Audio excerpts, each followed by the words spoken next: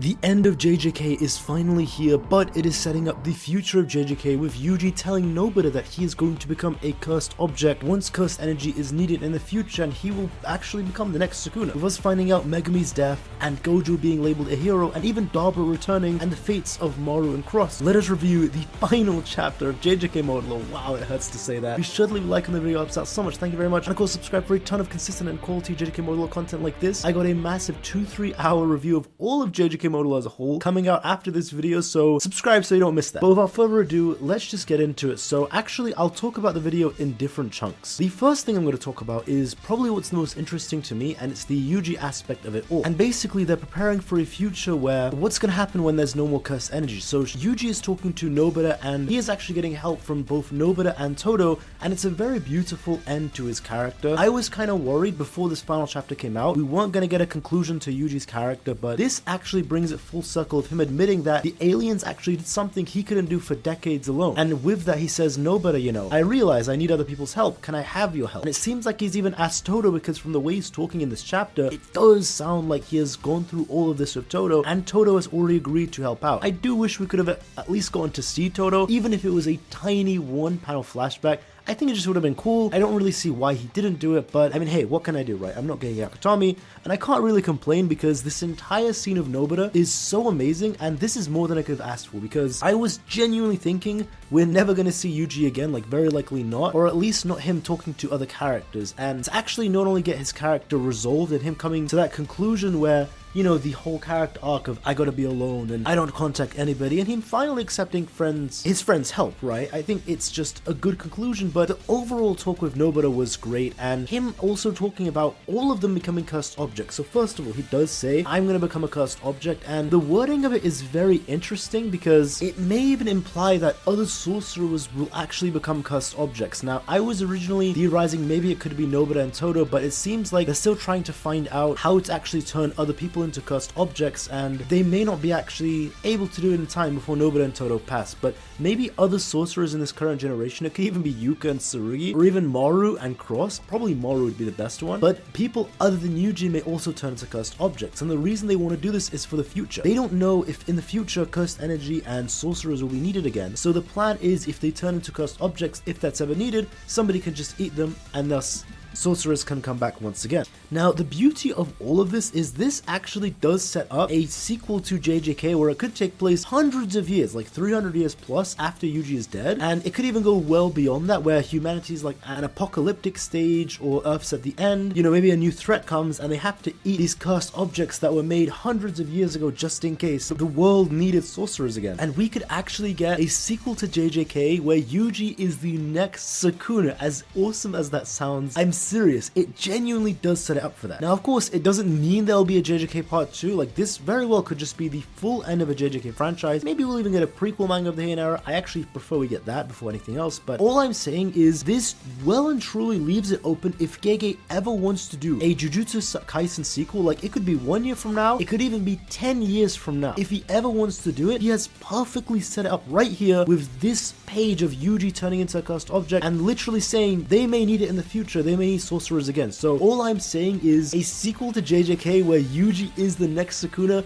would be so cool, and I would actually be so down for that. I do hope we get it. Again, Gege is a very smart guy. Like, he's done this with Nobara's death. This is why I kept saying Nobara's come back. He purposely did it when Nobara, and I say quote unquote died, because of course she's alive right here, right? With the Mahito moment where he set it up. If Nobara would have ended up dead or alive, he could have gone with either way he wanted to, because the way he actually set up that whole interaction of like, maybe she's dead, but maybe she's not. And even when Yuji found out Nobara's face, like, oh yeah, I get it. It's so vague that he sets up the possibility of choosing what he wants to do in the future. I feel like that's what he's doing now. I truly feel like with the way Yuji just talked about, we don't know what's going to happen in the future, people may need cursed energy again in the future, someone has to eat me a cursed object, and like, I can come back and help the future. I truly feel like Gege has just left it possible, if I ever want to come back, right there, I've set it up. And you know what? If Gege never wants to come back to JJK, and this is truly the end, he's also set up in a way where this could just be an quote-unquote open ending. So I do want to say it's classic Gege. He's done this with so many decisions in the original JJK. Once again doing it now because I can see he even hasn't made up his mind. It's so clear with me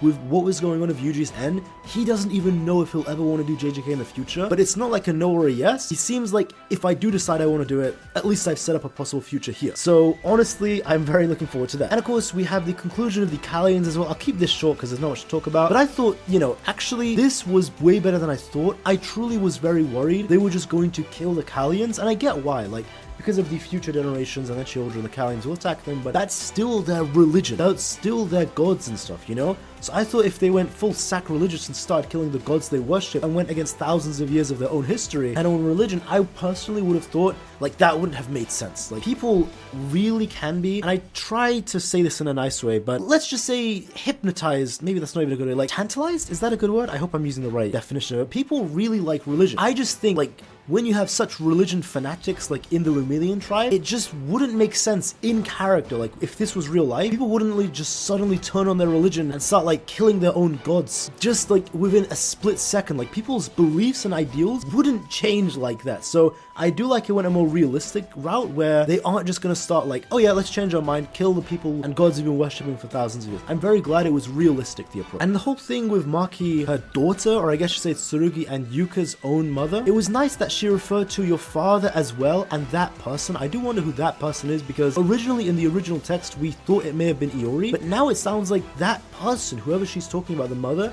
is not Iori. So there is a completely secret person that we don't know anything about. But the line she says, where the pride of having given birth to you two will never fade as long as I live, that is actually really cool, because that was exactly what Maki's own mother said to her. Now it's like Maki's daughter is saying that to her own children, so the cycle continues once again. And I will say, getting into the Dabra part of this as well, Dabra being labeled as a hero was very cool, and it was very funny when that leaker was there, you know, that YouTuber, or I guess like futuristic YouTuber. He's basically a representation of all Jujutsu Kaisen YouTubers, the ones who covers leaks and spoiler videos, because he's basically covering the leaks of the Dabra versus Mahoraga fight. No context, no information or anything, so he's just spreading misinformation everywhere just to get some juicy news and spreading his propaganda agenda. Again, sounds exactly like a Jujutsu Kaisen leaker, a representation of all of us Jujutsu Kaisen YouTubers, me definitely included, so that was very funny. But honestly, I do like, and this stuff makes me very happy, that people around the world do get to see the Dabra versus Mahoraga fight, and also that he was labeled as a hero. Once again, I'm just saying, as I kept trying to say again and again, the Dabra fight from beginning to end was written from a hero's point of view, something I'll be covering in my massive 2-3 hour video, so just make sure you don't miss that out. But I really do like that conclusion, once again, even more so to Dabra's character, and even Gojo being mentioned as a hero who slayed the great devil. So love to just see Gojo being mentioned generally, and also Gojo just being remembered even 69 years later as a hero. Now, something I thought was interesting, it is Megumi, and I specifically want to talk about this after the Gojo part. Megumi was confirmed to be dead, as Nobara says, I wish Fushiguro was here with us. Honestly,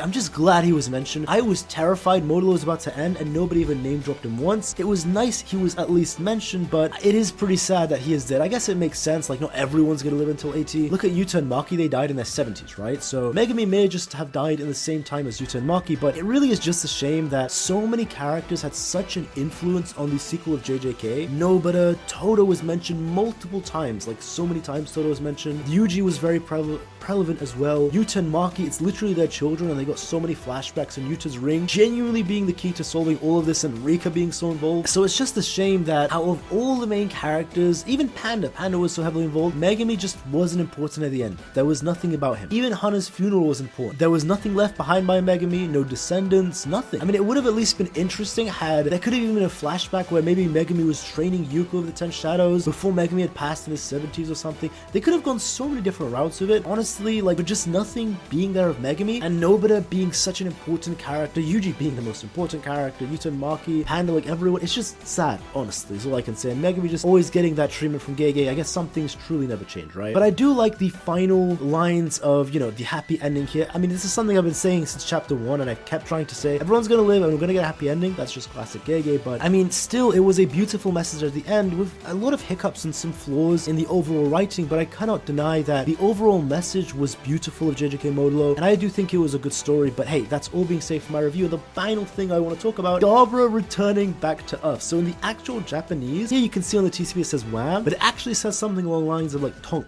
or Tong, right? This is a very unique and specific sound that was only made once throughout all of Modulo, one other time, and that was only when Dabra entered the building and his head actually hit the ceiling. His horns hit it because he's too tall. That's the only other time this sound is made, and it was made right as they're talking about wishing Dabra was here, Dabra being a very strong love interest for this woman. We actually got her name, her backstory, and even her age. She's 31 years old, like in a recent daybook. I'll show you on screen. It was very cool to learn that stuff about her, but yes, Dabra actually came back at the end, and that was very beautiful. And we just got straight to the end with the editor saying, thank you for following and supporting us for half a year. Please await AKUTAMI Sensei and Iwasaki Sensei's next work. The third and final volume of the manga releases on May 1st. Now just do keep in mind, as the final volume is going to come out probably a month from now, we will be getting a lot of extra chapters, probably some epilogue chapters. So once that comes out, I will be covering those as well. But that is actually it for Jujutsu Kaisen, the end of chapter 25. Again, be sure to leave a like on the video if you've been enjoying it. It does help out so much. Thank you very much. And of course, subscribe so you don't miss out on a lot of JJK content coming soon, especially in regards to the entire Modulo being reviewed. It's going to be a massive one. You truly don't want to miss that. But hey, that is all from me, everyone. Have a wonderful day and take care, guys.